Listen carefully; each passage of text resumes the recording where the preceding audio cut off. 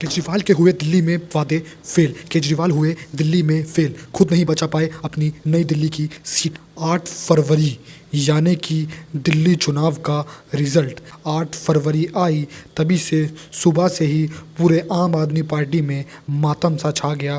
पूरी आम आदमी पार्टी जहां एक तरफ बोल रही थी कि हमारी 50 से 55 सीटें आएंगी, वहीं सुबह 8 बजे ही पूरी पार्टी में मातम छा गया और यहां तक कि उन्होंने अपने कार्यालय में ताला तक लगा दिया और मीडिया से बात करने को भी मना कर दिया। जैसे समय चलता रहा वैसे आम आदमी पार्टी नीचे जाती रही और बीजेपी ने एक बड़ी जीत कायम करी और खुद अरविंद केजरीवाल अपनी नई दिल्ली की सीट भी नहीं बचा पाए, उप मुख्यमंत्री भी अपनी सीट नहीं बचा पाए। मनीष सिसोदिया को भी करारी हार का सामना करना पड़ा। वहीं अरविंद केजरीवाल ने एक वीडियो में अपनी हार को स्वीकार किया और एक वीडियो सोशल मीडिया पर पोस्ट किया। पहले आप इस वीडियो को देखिए। आज दिल्ली के चुनाव के नतीजे आए हैं। जनता का जो भी निर्णय है, जनता का जो भी फैसला है, उसे हम पूरी विनम्रता के साथ स्वीकार करते हैं। जनता का निर्णय सर माथे पर। मैं भारतीय जनता पार्टी को इस जीत के लिए बधाई देता हूं। उम्मीद करता हूं कि उम्मीद के साथ, आशा के साथ लोगों ने उनको बहुमत दिया है। अभी उम्मीदों और आशाओं पे पूरा उतरेंगे। हमने पिछले 10 साल में, उन 10 सालों में हमने बहुत सारे काम किए, उनको राहत पहुंचाने की कोशिश की उनकी ज़िंदगी में। दिल्ली के इंफ्रास्ट्रक्चर को भी हमने सुधारने की कोशिश की। अब जो जनता ने हमें निर्णय दिया है, ना केवल एक कंस्ट्रक्टिव ऑपोजिशन का रोल निभाएंगे, बल्कि समाज सेवा, जनता के सुख दुख में काम आना, लोगों के सुख दुख में हमेशा काम आएंगे।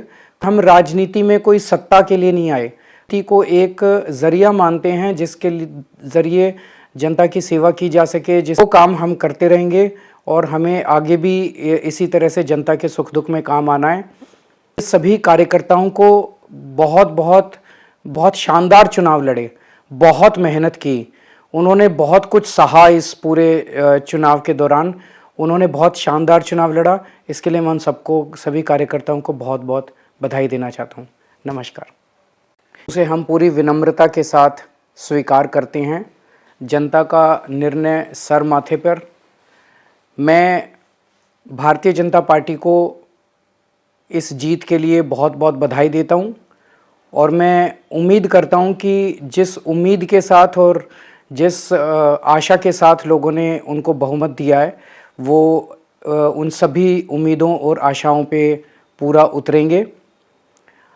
हम में बिजली के क्षेत्र में और भी अलग अलग तरीके से लोगों को राहत पहुंचाने की कोशिश की उनकी ज़िंदगी में, और दिल्ली के इंफ्रास्ट्रक्चर को भी हमने सुधारने की कोशिश की। अब जो जनता ने हमें निर्णय दिया है, हम न केवल एक कंस्ट्रक्टिव ऑपोजिशन का रोल निभाएंगे, बल्कि हम समाज सेवा, जनता के सुख दुख में काम आना, व्यक्तिगत तौर पे जिसको भी जो ज़रूरत होगी जा सके, जिसके ज़रिए लोगों के सुख दुख में काम आया जा सके, वो काम हम करते रहेंगे और हमें आगे भी इसी तरह से जनता के सुख दुख में काम आना है।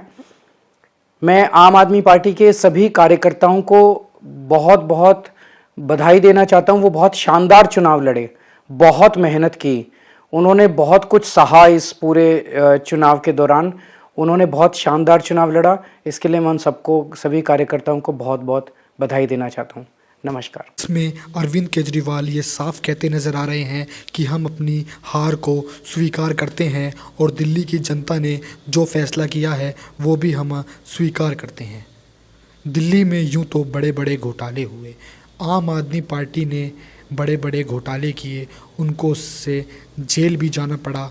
और सबसे बड़ा मुद्दा जो बीजेपी ने उठाया वो था शीश महल। शीश महल को बीजेपी ने एक बड़ा मुद्दा बना दिया। यही कारण है कि आम आदमी पार्टी को करारी हार का सामना करना पड़ा। और सबसे बड़ी बात थी कि पूरी दिल्ली को शराबी बनाना। जहां एक पर एक दारू फ्री मिली, वहीं कहीं ना कहीं दिल्ली के वोटर आम आदमी पार्टी अरविंद केजरीवाल से नाराज़ थे। ये भी कारण हो सकता है कि आम आदमी पार्टी अरविंद केजरीवाल की करारी हार का आम आदमी पार्टी ने यूं तो कई बड़े फैसले दिल्ली में किए, जैसे एक पे एक फ्री दारू, और सबसे बड़ा जो बीजेपी ने मुद्दा उठाया वो था शीश महल। शीश महल को बीजेपी ने पॉइंट कर दिया और बता दिया कि जिस तरीके से अरविंद केजरीवाल ने अपने पूरे शीश महल को बनाया, पूरी दिल्ली को बीजेपी ने दिखाया कि किस तरीके से एक आम आदमी उठकर एक शीश महल में बैठ गया और कैसे उसने उस शीश महल में बैठकर बड़े बड़े घोटाले किए।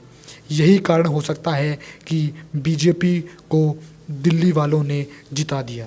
अब दिल्ली में नया मुख्यमंत्री कौन होगा, दिल्ली को अब कौन संभालेगा, ये तो बीजेपी तय करेगी, ये तो मोदी जी तय करेंगे। लेकिन आम आदमी पार्टी का क्या होगा?